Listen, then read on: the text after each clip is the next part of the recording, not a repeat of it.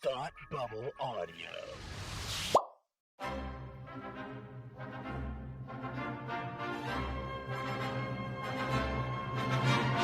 Look, up in the sky! You will never find the more wretched hive of scum and villainy. Welcome to Beer with Geeks with Tim and Frank.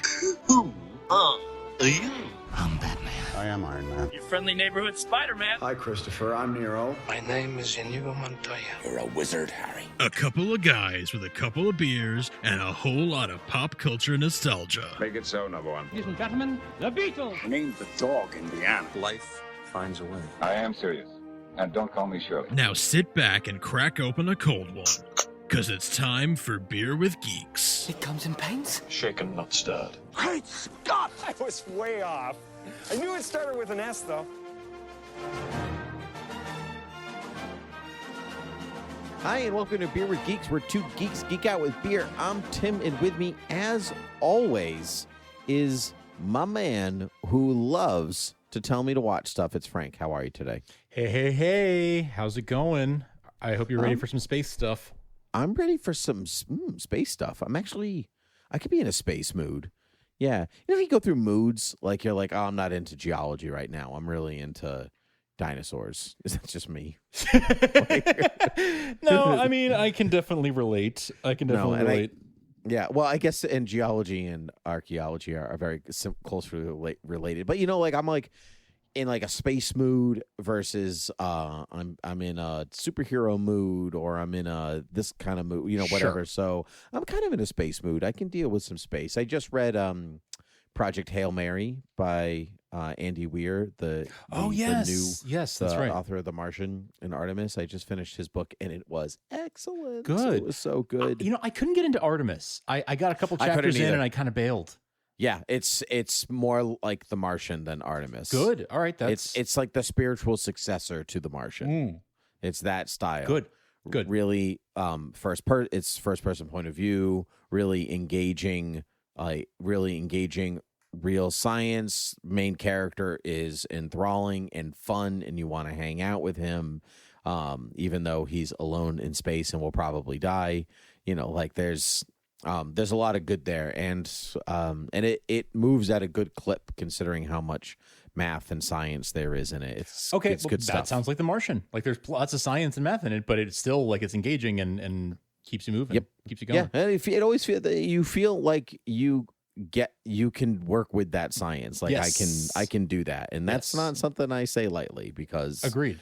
Science and math are definitely not my strong suits. When they're like, oh, when something goes per second, I'm like, oh, did you skip? Yeah, like, yeah. I'm sorry. Are you broken?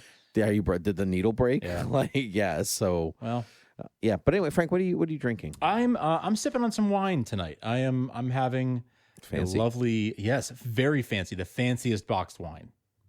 Oh, you went box.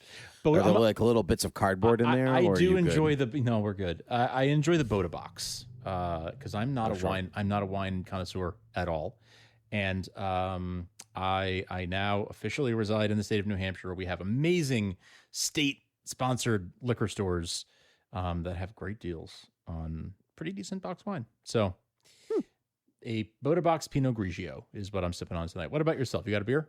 Good for you. I do. I have my last beer before I go to the store. I know they've been hammering, be like, when is he going to run out of beer? And like, today's the day. It is a Leffe Belgian ale, the Abbey Ale, the good old blonde, Anno 1240. It's delicious. It's I'm glad I'm finishing it, because it's just a little heavy for my 80-degree New England day. Yeah, we're hitting the point where those are kind of hitting their limits. Yeah, plus I have the windows closed because my neighbor is weed whacking and mowing and stuff, so it's getting a little toasty in the recording studio. I hear that. Well, look, I don't want to keep the folks guessing. I think it's time that we talk about a show that I've been enjoying for quite a while, and I think you might enjoy too, Tim. So let me do this. Let me just hit you with my best shot.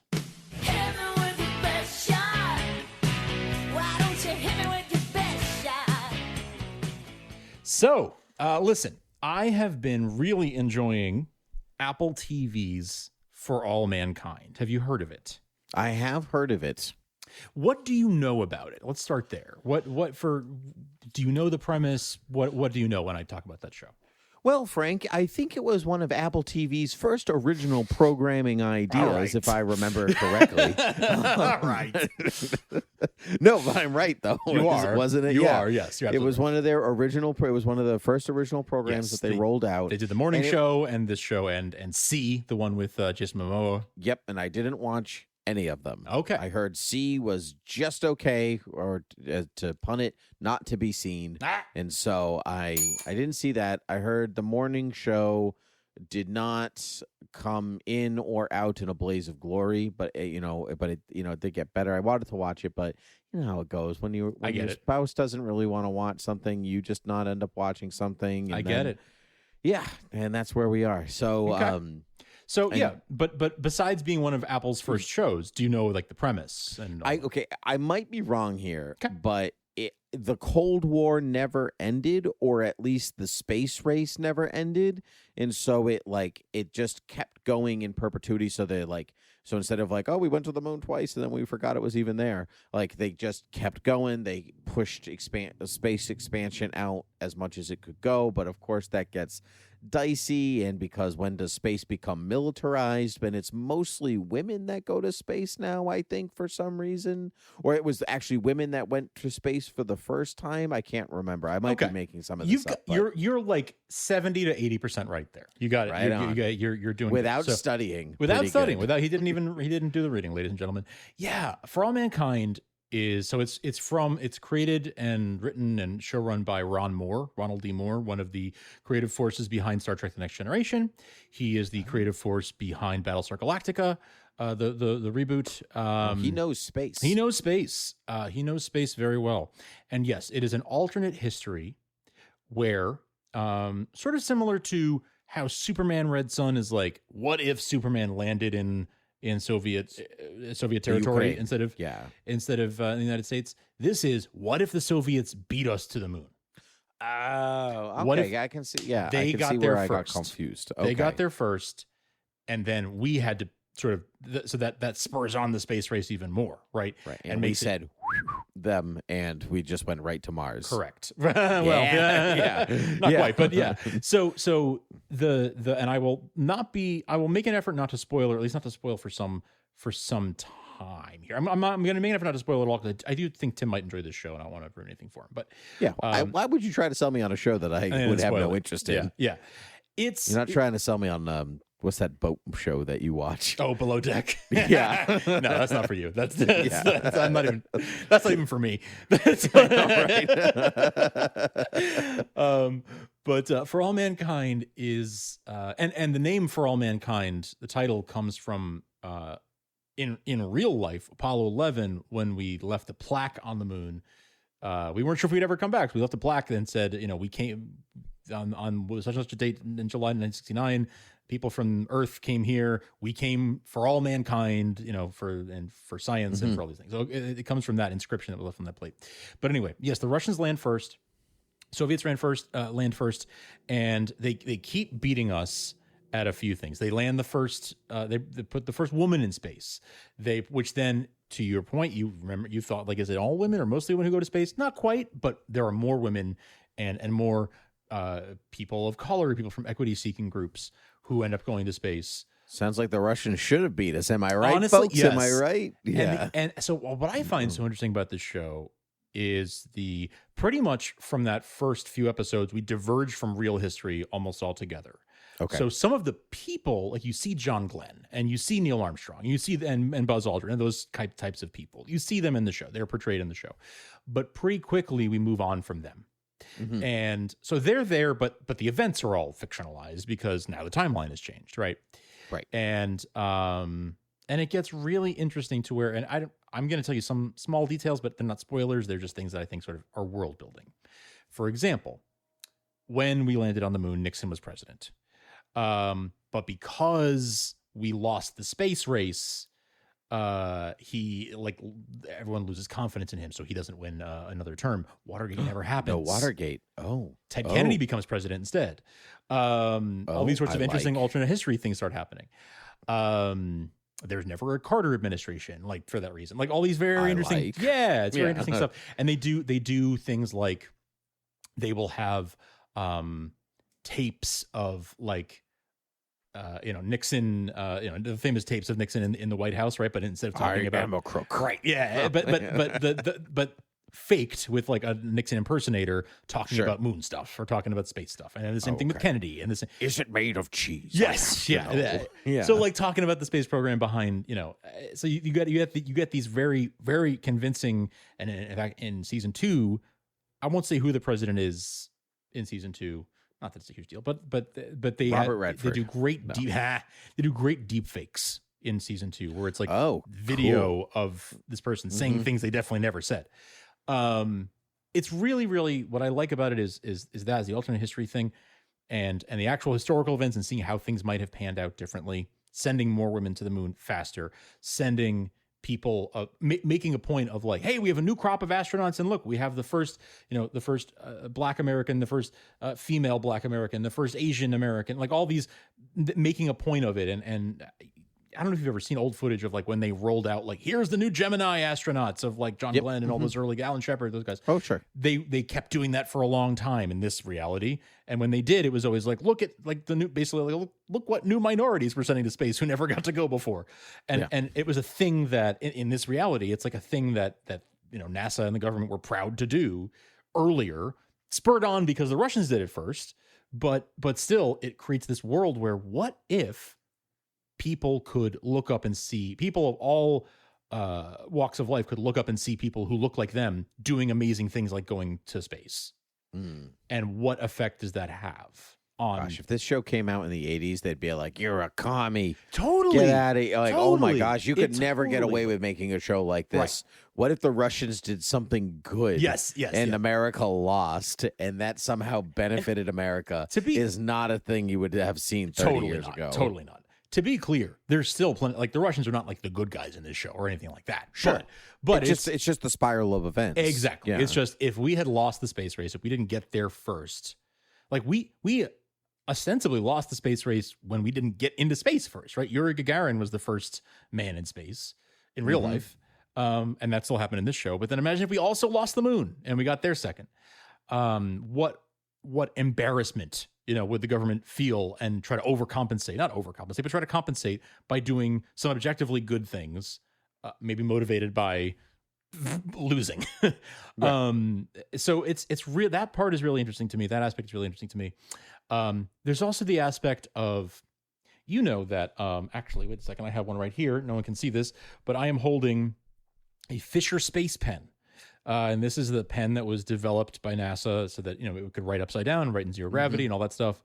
The old joke goes, NASA spent however many millions of dollars to develop a pen that could write in space. The Russians just use pencils. Yeah, that's not true. That's actually not true. It's an folklore that's gone around. But anyway, pencils, the little graphite would float into the machines. That's the get your eyes and stuff. Yeah. Yeah. Right. But yes, so like we invented this pen that could write in space, right? And lots of other technological developments that we have came from the space race. Freeze-dried food and things like that. The microwave. Yes, good one. Yep. Well, what if we didn't stop going to the moon in like 1972? What if that continued, that development and that competition and all that continued well into where the show ends at the end of season 2? We're in the 80s. So what if, and they're still going to the moon and stuff, but in the 80s. So what if all the technological developments on Earth kept going because the space program was still pushing forward that much? What if we had things like video chat in the 70s and 80s because they were using video chat to talk to the astronauts who were on the moon? Right. That's a thing where like people, the astronauts anyway, it's not, they don't make it where it's something that everyone has, but the astronauts all have these little, kind of like the Facebook portal thing you see advertised on TV that's like a screen with a camera on it. They have like an 80s looking version of that. So it's a big screen. It's a big, with a big camera. Big CRT tube TV with a camera on it. It looks kind of, sleek and like a 60s or 70s piece of mid-century design, but it's basically a Skype machine in the 70s and 80s because it was something that was created by NASA technology and then became available to everyday people. Cool things like that, I think, are really like thought-provoking and inspiring. Wow, what if we had not stopped? The shuttle program, happens sooner and doesn't. Well, I actually don't know if it ends because we haven't gotten that far in to 2010 yet. But it's much more of a bigger thing. It's a bigger deal. They actually. I don't know if this is a spoiler or not, but we have some more longer term stuff on the moon. Instead of just visiting and leaving, we do some longer term stuff. I saw the trailer to the second season, so it's not a complete spoiler. I guess that's not really a spoiler if it's in a trailer, but yeah, it's teacher. I have a question. Please. How? So the second. So it's not by the end of the second season. We're still not in the present day. Correct. Okay, that's cool. I did not realize that. Yes. I like that. Yes. How actiony is this show? Because the trailer to the second season, which is weird to watch without seeing the first season, but I was like, maybe I'm so interested in the second season, I'll go back and watch the first season. Oh, sure. But it looked like an action adventure war movie TV show in space, and I'm like, I'm not interested in that at all. Like, is it more of a drama? Is it more of a thriller? Like, what is it? It's more of a character drama. So what it really focuses on is the astronauts themselves and their families. There are a few made-up astronauts who are the main characters who we follow. Joel Kinnaman plays one of them. How is Joel Kinnaman in this show? He's quite good as a leading man. He's quite good. That's good. Yeah, he's quite good. He's a very interesting character, complex guy.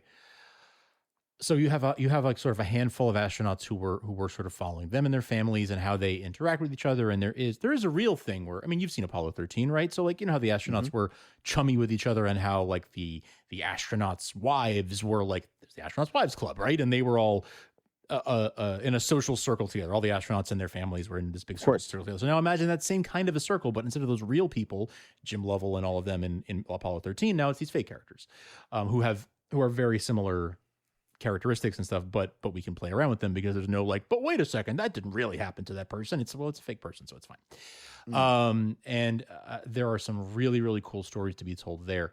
There's a really cool story with a young woman who is sort of she is in mission control in Houston and works her way up to sort of be a director level in NASA. You get to see that kind of thing wouldn't have happened if women weren't given the opportunities that they were because of what happened with the Russians and all of that. So there's cool stuff there.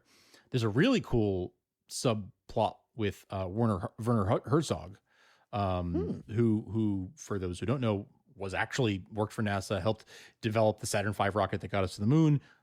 Slight problem, he also had worked for Hitler during the Nazi occupation and had sort of, he helped the Nazis make rockets and stuff. So that was a very problematic thing. When did he ask to see the baby? No. Season 1. The baby. But they addressed that. They addressed that and sort of how his interpersonal relationships with people at NASA were affected by that. And they talked about that, and they grappled with some interesting things about like, well, he's this genius guy who's helping in a very patriotic way, but also he did helped this horrible regime in the past. And what does that mean? So Project Paperclip still exists then in this timeline, because that's what that is, where America recruited Nazi scientists to come work for America. Yes. Which is the worst, not the worst name, but it's such a mundane name for a like huge thing. I know, right? It is. Yeah. So that still exists. That still happened. Because that happened before 1969, right? So like that. So anything that happened before 1969 still happened. It's at July 1969 is when things diverge and the show completely goes off. And that happens in the first episode. So like from immediately the Russians landed the moon at the beginning of the series and we're off to the races. Okay. 2 questions. There was not worth the bell, Frank. I don't know. It was an unearned bell. I'm sorry. I apologize to all of our listeners. It won't happen again. I take full responsibility. Thank gosh. What am I? A middle school and his son Jeepers. Indeed. What is the like tone? Like, how serious am I taking this? Or do they crack a smile? Oh, sure. Or is it like, I don't know, is it the saddest episode of The Crown, or is it Mrs. Maisel? Where is my somewhere in between, but closer to it's like 80% of the way towards Maisel. There's it's not they're not cracking jokes a joke every minute, but it is not as dour as the Crown can be. Interesting. These are normal people, so like they crack jokes with each other. They're friends. Like especially I think in season 2 it's really interesting because you have this thing where season 1 took place in 69 into the early 70s, maybe. I think maybe it spans a couple of years. Sure. Then we jump like 15 years to the 80s in season 2. And actually, they do a really cool montage at the beginning of season 2 showing you like everything you missed. And part of that is like all the historical events that changed because we're in a different timelines. Like John Lennon didn't die and things like that. Gotcha. And that's just for fun, but it's to give you the idea of like, here's where we are chronologically now. We're in like the mid 80s or whatever. Season 2 takes place in the mid 80s. And at that point, all of these people, it's many of the same characters and a few new characters, but many of the same characters. And at this point, they've known each other for 15, 20 years because we've jumped time. And so there's all this camaraderie and friendship and there's some seriousness, but there's a lot more meaning to everything because now these characters have known each other for so long and they have history, and we've seen some of their history. We saw them back when they were getting started and whatnot, and now here they are, a decade and a half later. So there's a lot of earned character development, but also there is some lightheartedness. There's some fun. There's plenty of that. There's plenty of that. It's a nice balance of it is a drama for sure, but and there's some action and there's some comedy. It's really like it's about as well-rounded as you expect real-life relationships to be. Sometimes there's sadness and there's seriousness, but there's lightheartedness too. Okay, second question. But Frank, I'm not into science fiction.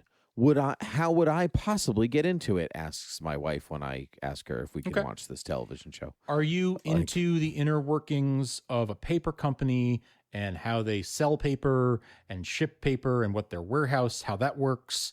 No, I don't like The Office. Yeah, well, I know you don't like The Office, but my point is you can Office is appreciate good The Office. before we get emails or whatever. Like I like The Office just fine. I just don't like it as much as 30 Rock or Parks and Rec. There you go. Well, 30 Rock too. I mean, like, do you know how the inner workings of a right? You don't have to work for making a sketch comedy show either to appreciate 30 Rock, or any workplace drama or comedy. Like it's like that. It's this is a workplace comedy, workplace drama. I don't have to be a detective in the sex crimes division to enjoy Law and Order SVU. Correct. Right. Correct. So it's I would think of it in that way. And I have also, I think in a similar vein to that question, I was just talking to someone the other night who was like, I don't really know anything about. It was my friend, our friend Robin, who I host Superman TV Talk with. And yes. He was saying, I don't know anything about I don't know space history. So I feel like when they diverge off of what actually happened, I won't get it. It'll go over my head. So I just kind of, I don't get it. And I was like, well, that doesn't matter either because it's all new history. It's all fake history. All of it. Right. From the very first episode, it's all fake history. It doesn't really matter if you know or don't know that Ted Kennedy was never president. I would assume you know that, but there's definitely more impact if you're like, oh wow, Ted Kennedy is president. But it doesn't really matter. It doesn't change the show if you know that or not. So because it's like you said, it's really about the relationships of the astronauts and their families. Yes, and what's going on? Dynamic. The workplace dynamics, the interpersonal dynamics, and then there is the added layer of, as an American watching the show, you're kind of rooting for America, right? And you're rooting for us to succeed. And there's, unless it's like the World Cup and I root for the winner. But it is the type of thing where that's sort of built into the show, is the assumption that you're going to a little bit root, and there's always a season-long arc of a big project they're working on, sort of where the next big breakthrough is going to be, and you're sort of rooting for them to succeed at it because you like these characters. It's more about, I guess it is, some of it is about you're rooting rah America, but also you like these characters and you want them to succeed. You want them to get the things that they want. Of course. How much outside of NASA does it explore? Do I know how far into the American landscape are we talking? How much has changed, or are we? It's more like that's in the periphery, and you only get things through the characters. It's mostly in the periphery. Those kinds of things, you just start to see that these people are having conversations on their Skype boxes or whatever, if they're talking to someone who's far away, or they're sitting at the bar. There's a lot of scenes that happen at this particular bar that all the astronauts frequent in I think it's in Houston, or maybe it's the Kennedy Jaegers. Whatever. No, I don't. But anyway, it's this bar that they all frequent, right? And maybe the TV happens to be on, and you see Walter Cronkite talking about the news or whatever.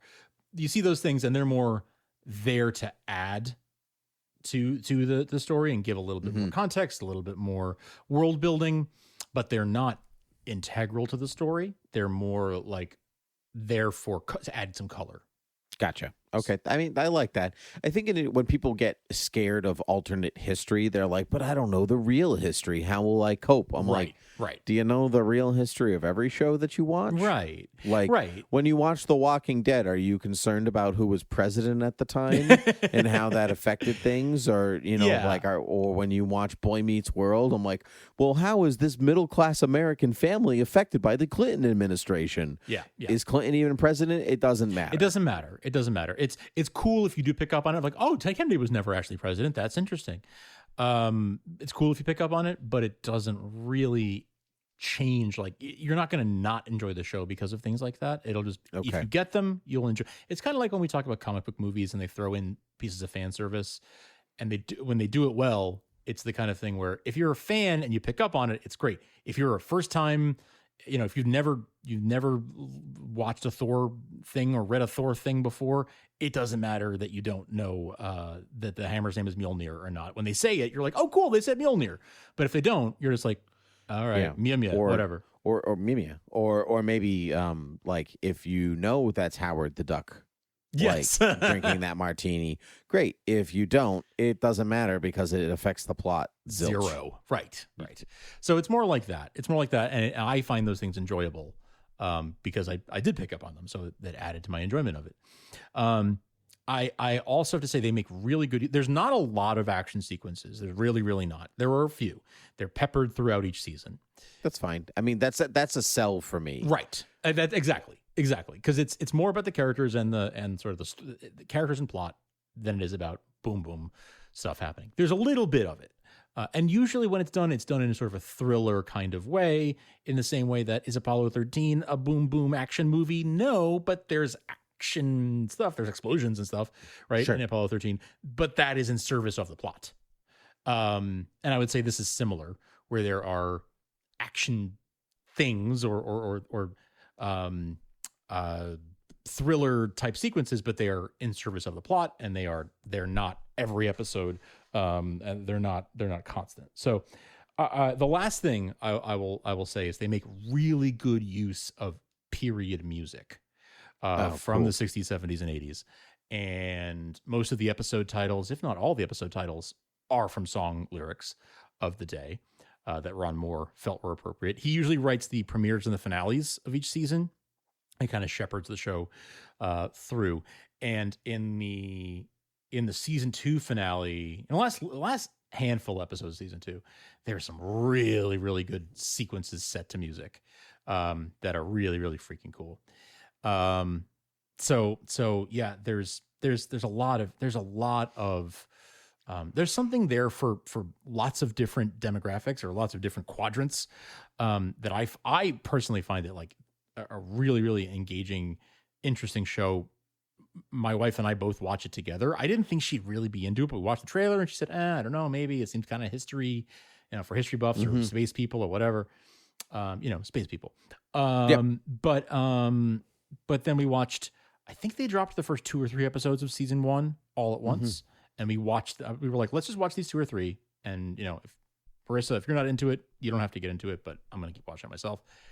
And here we are. We just finished season 2. We're still watching it together, and she still loves it. And actually, we just finished season 2, and a couple days later, she was like, "Do we have any new For All Mankind to watch?" And I was like, "No, that was the end of the season." And she's like, "Oh, wait till next year now." Like, she was bummed because she wanted more. So that's good. That's probably the best sell for me, because I can take that out of the podcast studio into my kitchen and be like, "Hey, you know how we don't have a new show right now, and we've been saying that for weeks? Guess what we can watch?" And that new sound you've been looking for? Listen to this. It's this. Just watched that the other day. That's nice. Funny.